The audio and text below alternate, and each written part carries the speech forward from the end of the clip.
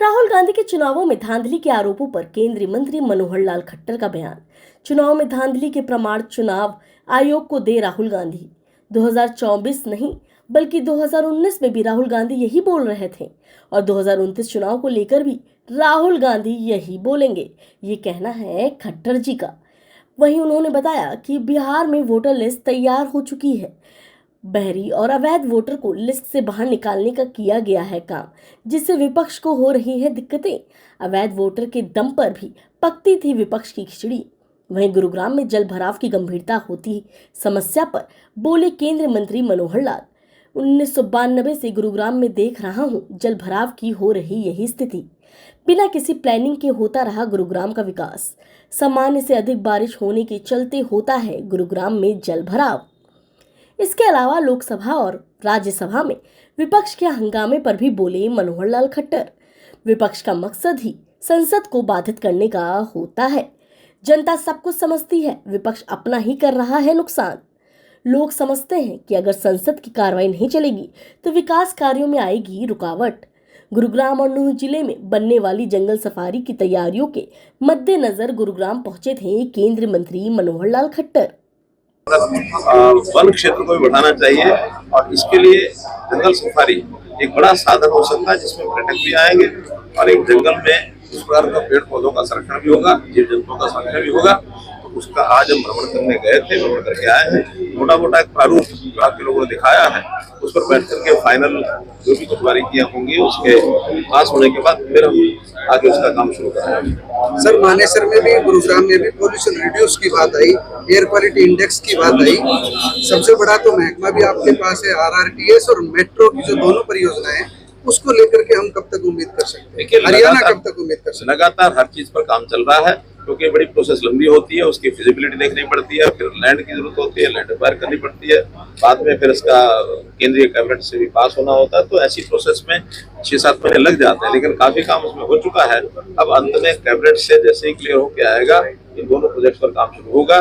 जो गुरुग्राम की मेट्रो है उसका काम शुरू हो चुका है और उसको अब बहुत जल्दी तीव्र गति से आगे कैसे बढ़ाया जाए इसको विचार कर रहे हैं। लेकिन मेट्रो की आवश्यकता और भी ज्यादा हमको यहाँ रहेगी, क्योंकि जिस प्रकार का डेवलपमेंट जैसे बिल्डर्स आ रहे हैं, जैसे लोगों का निवास और इंडस्ट्री जैसे बढ़ रही है, तो इस कंजेशन को दूर करने के लिए हमको RRTS भी शुरू करनी है, मेट्रो को भी शुरू करना पड़ेगा।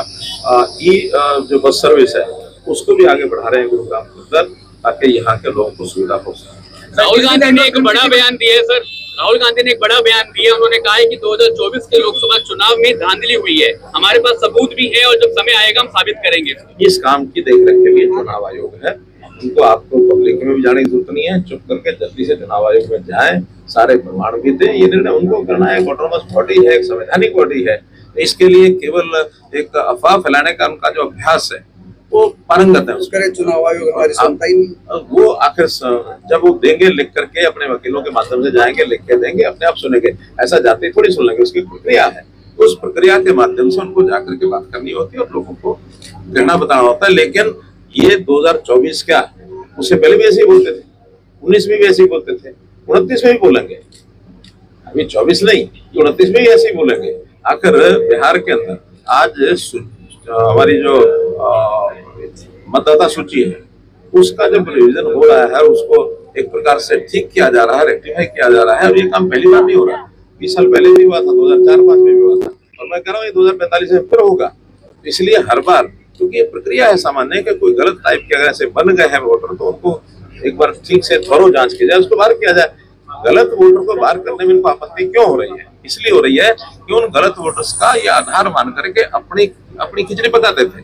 अब जो गलत वोटर हैं, इलीगल वोटर्स हैं, वो खिचड़ी इनकी पकेगी नहीं। तो इस प्रकार से इन कामों का विरोध करना इनका स्वभाव है, लगातार करेंगे, आगे भी करेंगे। सर, गुरुग्राम में डिज्नीलैंड के बावजूद भी जल भराव लगातार गुरुग्राम में होता है। सर, क्या मानते हैं किसकी गलती है? सर, गुरुग्राम में डिज्नीलैंड और फिल्म सिटी बनाने पर विचार किया जा रहा है, कितना सिरे चढ़ा ये प्लान?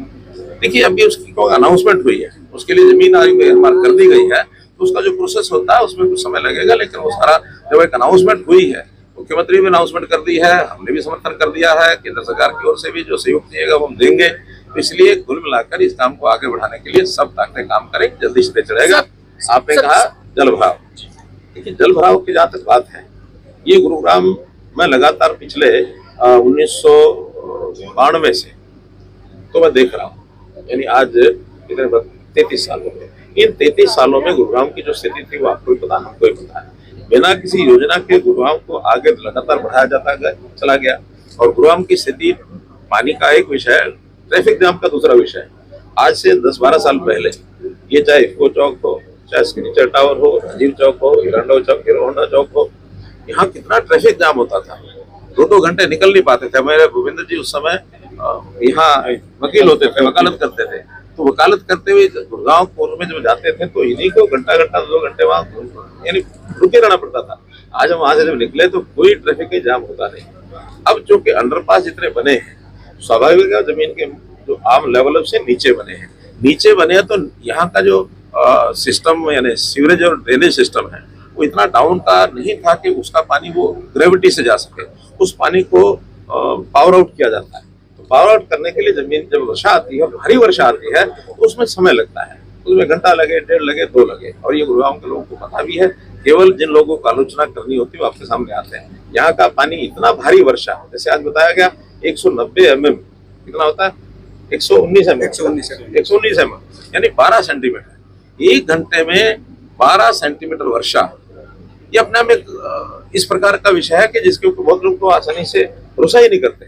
12 mm कितना होता है, 1 फुट 12 cm। 12 cm यानी 1 फुट।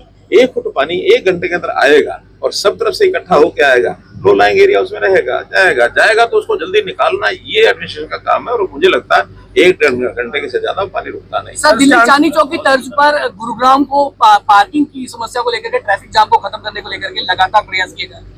ऐसे में पार्किंग बन गई है, उसको कब तक उसका जो है उद्घाटन किया जाएगा ताकि लोगों को, और ये विषय डिपार्टमेंट का विषय है, वो कब उद्घाटन करेंगे इसका मैं सर, लोकसभा और राज्यसभा चल रही है, लेकिन हंगामेदार होती है, कार्रवाई भी बाधित हो जाती है कई बार। कितना नुकसान देशवासियों को होता है, क्योंकि लाखों रुपए खर्च होते हैं लोकसभा और राज्यसभा के लिए। आपने ठीक कहा, लोकसभा और राज्यसभा ये विपक्ष और पक्ष को बैठ करके आपस में मिल करके जन समस्याओं को भी विचार करने का होता है। वो विचार नहीं करते हैं, शोरगुल करके कैसे बाधा डाली जाए, सेशन कैसे न लगे, ये उनका एक हेतु रहता है। और शायद उनको लगता होगा जनता पर बड़ा प्रभाव पड़ रहा है, जनता पर उनके बारे में उल्टा प्रचार हो रहा है, ये चलने नहीं देते, बाधा डालते हैं, तो अपना ही कोई नुकसान कर रहे हैं बिना विषय के। विषय कोई होता नहीं है, जब विषय नहीं होता है तो उनको एक ही लगता है कि बाधा डाल करके बाहर किया जाए, ताकि लोग हमको जान जाए हम बोले, शोर किया और हमारे कारण से बाधा हुई।